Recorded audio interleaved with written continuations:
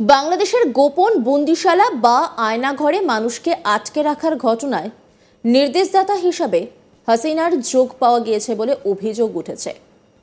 বাংলাদেশি এক সংবাদ মাধ্যমের রিপোর্ট অনুসারে এই বিষয়ে ইতিমধ্যেই বাংলাদেশের অন্তর্বর্তী সরকারের প্রধান উপদেষ্টা মোহাম্মদ ইউনুসকে রিপোর্ট জমা দিয়েছে গুম বিষয়ক তদন্ত কমিশন। তবে গুম করার অভিযোগ কিন্তু ইউনুস সরকারের বিরুদ্ধেও উঠেছে।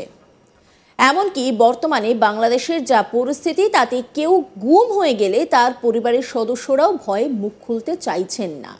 এই বিষয়ে বিস্তারিত জানালেন বাংলাদেশি সাংবাদিক সুশান্ত দাশগুপ্ত। তিনি ঠিক কি জানিয়েছেন শোনাব আপনাদের। বাংলাদেশের এই মুহূর্তে দাঁড়িয়ে সবথেকে বড় কথা হচ্ছে ভারতের বিরুদ্ধে শত্রুতা করা।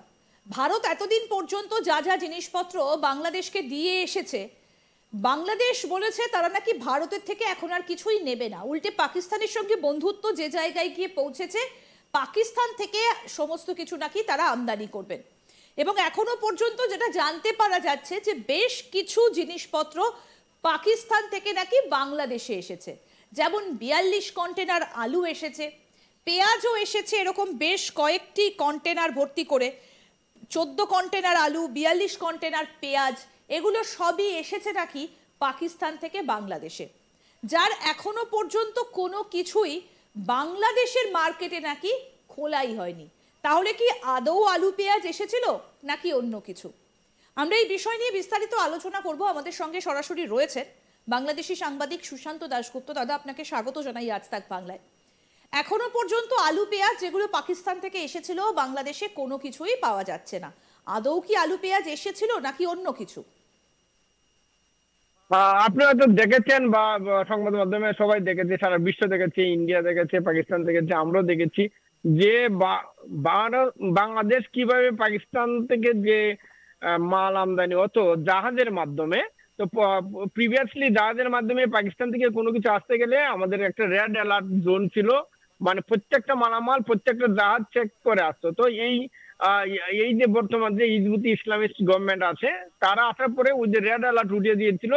তার মানে হলো পাকিস্তান থেকে যে কোনো মালামাল জাহাজে করে বিনা চেকে ঢুকতে পারবে। তো আমরা দেখেছিলাম যে একটা জাহাজ এসেছিল এবং তারা বলছিল যে এটাতে মাল এসছে। তো তারা বলছে যে এটাতে আসলে কোনো অস্ত্র আসে না, এখানে অন্যান্য দ্রব্য আসছিল, আপনি যেগুলো বলছিলেন। কিন্তু আদৌ কি ঢুকেছে এটা কিন্তু এখন পর্যন্ত জানা যায় নাই। উপরন্তু আমরা জানি যে বন্দর কর্তৃপক্ষের যারা এই বিষয়ে সন্দেহ প্রকাশ করেছিল এবং যারা বলছিল যে কি আসছে এটা দেখতে হবে, যারা চেকের দায়িত্বে ছিল, বেশ কয়েকজন অফিসারকেও কিন্তু বন্দর কর্তৃপক্ষ থেকে সরিয়ে দিয়েছে। শুধু সরিয়ে দিয়েছে না, যারা চেক করতে চাইছিল তাদের কোনো হদিশও পাওয়া যাচ্ছে না। অনেকেই বলছে যে বন্দর কর্তৃপক্ষের কিছু কিছু Pro-71 যে অ্যাক্টিভিস্ট, যারা স্বাধীনতা, আমাদের অরিজিনাল স্বাধীনতায় বিশ্বাসী লোকজন যারা ছিল, তাদেরকে তারা বন্দর থেকে সরিয়ে দিয়েছে যাতে কোনো চেক করতে না পারে। এবং কথা হলো তারা বলছে আলু আসছে হোয়াট এভার, কিন্তু এখন পর্যন্ত আমরা জানি না আসলে কি ঢুকেছে, কোথায় আছে, এগুলা কে কিনেছে, এগুলা কোনো দিস নাই।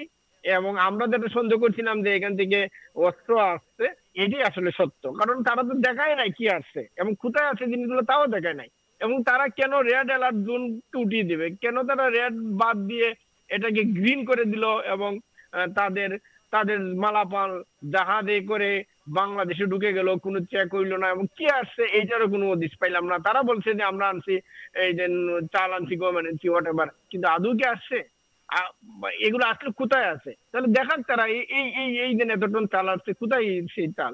তার মানে কি আমরা যেটা বলছিলাম যে অস্ত্র আসলে এটাই সত্য? আসলে বিষয়টা তাই। বা পাকিস্তান থেকে ISI তাদেরকে বাংলাদেশি মানুষকে ট্রেনিং দেওয়ার জন্য তাদের অস্ত্র পাঠিয়েছে, এটি আসলে চিরন্তন সত্য। আদারওয়াইজ তারা কেন বন্দর থেকে আমাদের লোকজনকে, আমাদের যারা Pro-71 লোকজন ছিল তাদেরকে সরিয়ে দিল? কেন তাদেরকে আমরা হদিশ পাচ্ছি না? কেন তারা গুম হয়ে গেল? বেশ কয়েকজন অফিসারকে তারা বন্দর থেকে গুম করে দিয়েছে, যাদের কোনো হদিশ নেই। তো এই যে বিষয়টা, এতে ক্লিয়ারলি বোঝা যাচ্ছে যে পাকিস্তান থেকে বিনা বাধায় অস্ত্র ঢুকছে। আসলে কিন্তু এই সমস্ত অফিসার যারা এটা চেক করতে চাইছিল তাদেরকে গুম করে দেওয়া হয়েছে, তাদের কোনো অস্তিত্ব বর্তমানে পাওয়া যায়। তারা বলছে যে ইভেন তারা বলে যে এই ধরনের কোনো অফিসারই নাকি বন্দরে নাই। আপনি বুঝেন, আমি বললাম যে নন্দিতা নন্দিতা গুপ্তা ছিলেন এই বন্দরে, উনি চেক করতে চাইছেন, এখন তারা এসে বলছে না নন্দিতা গুপ্তা নামে কোনো অভিযানই নাই। তার মানে দেখেন কি অবস্থা, সম্পূর্ণভাবে সম্পূর্ণভাবে এই সমস্ত অফিসারদেরকে গুম করে দেওয়া হয়েছে। তাদের এদের কোনো পরিবারের অস্তিত্ব নাই। লোকজন কিছু বলেনি যে তারা কোথায় গেল, তাদের পরিবারের একজন লোক? বাংলাদেশের যে এমন একটা অবস্থা, ধরেন আমাকে যদি গুম করা হয়, ইভেন আপনি যদি আমার ভাইয়ের সাথে যোগাযোগ করেন, আমার ভাইও বলবে যে না আমি আই ডোন্ট নো এনিথিং, আমার কোনো আইডিয়া নাই। মানে বিষয়টা হচ্ছে আতঙ্ক, বাংলাদেশে মানুষের মধ্যে আতঙ্ক এমন ভাবে জড়িয়ে গেছে যে কেউ তার আপন ভাই গুম হয়ে গেছে এইটা বলার সাহস করতে পারছে না।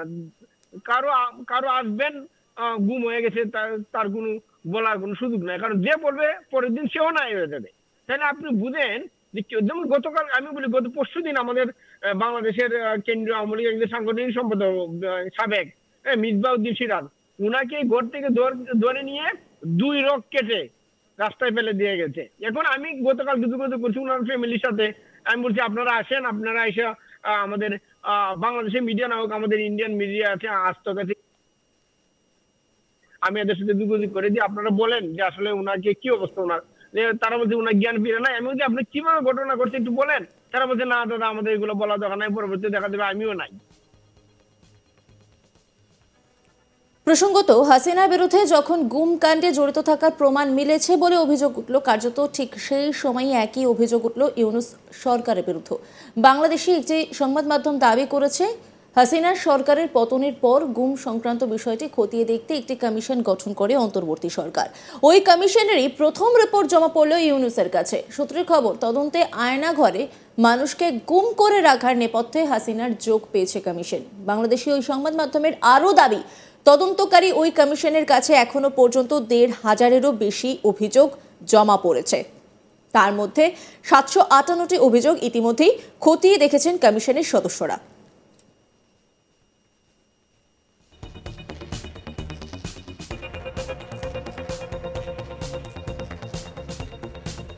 ইউনূসের প্রেস উইং থেকে জানানো হয়েছে, গুম করার নেপথ্যে হাসিনার যোগসূত্র রয়েছে বলেই জানতে পেরেছে কমিশন।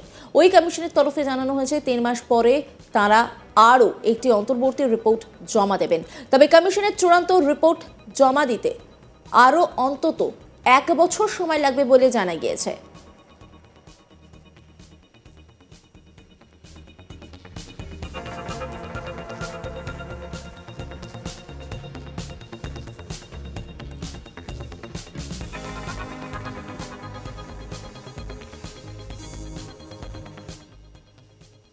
নজর রাখুন আজ তাক বাংলার ইউটিউব স্ট্রিমিংয়ে।